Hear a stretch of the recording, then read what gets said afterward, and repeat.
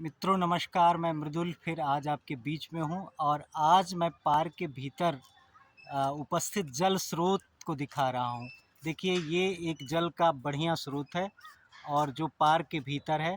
तो पार्क के भीतर कितनी वस्तुएं मिल सकती हैं और किन किन ग्रहों को ठीक कर सकती हैं, ये मैं दिखा रहा हूँ। पार्क के भीतर स्थित ये जल का एक छोटा सा स्रोत है और मित्रों जल का संबंध होता है चंद्रदेव से। जो जल का संबंध है, पानी का जो संबंध है, वो ग्रहों में चंद्रदेव से संबंध रखता है। और चंद्रमा वास्तव में मन के कारक ग्रह होते हैं, क्योंकि मन ही सब कुछ है। मन योग कारणानाम बंधे मोक्षयोः। मन को बंधन और मोक्ष का कारण कहा गया है। यानी कि जब आप कहीं बंधते हैं या मुक्त होते हैं किन्हीं चीज़ों से, तो उसमें मन की महती भूमिका होती है। मन के द्वारा ही बहुत सारी चीज़ें की जाती हैं। और अगर अगर अगर हमारा मन शांत है, प्रसन्न चित्त है, तो हम किसी भी कार्य को अच्छे से निष्पादित कर सकते हैं।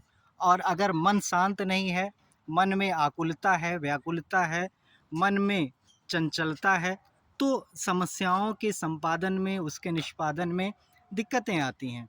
तो इसलिए मन का एक तरह से मन का एक शांतिपूर्वक ढंग से रहना बहुत ही आवश्यक होता है।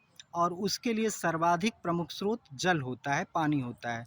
क्योंकि शरीर में भी 70% से अधिक पानी होता है और संपूर्ण पृथ्वी पर भी ये माना जाता है कि वो 70% से अधिक पानी है।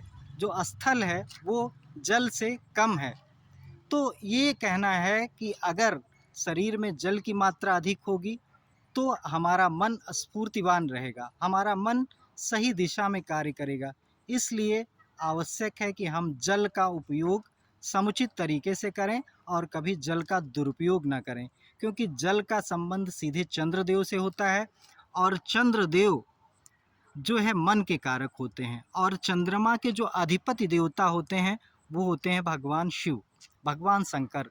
तो जब हम भगवान शिव की आराधना करते हैं तो हमारा मन मस्तिष्क शांत रहता है और हम पर जो है शिव भगवान की कृपा होती है और उससे हमारा मन एकाग्र रहता है। और मन की एकाग्रता बहुत सारी समस्याओं को समाप्त कर देता है, क्योंकि मन से ज़्यादा चंचल भी कोई वस्तु नहीं होता है।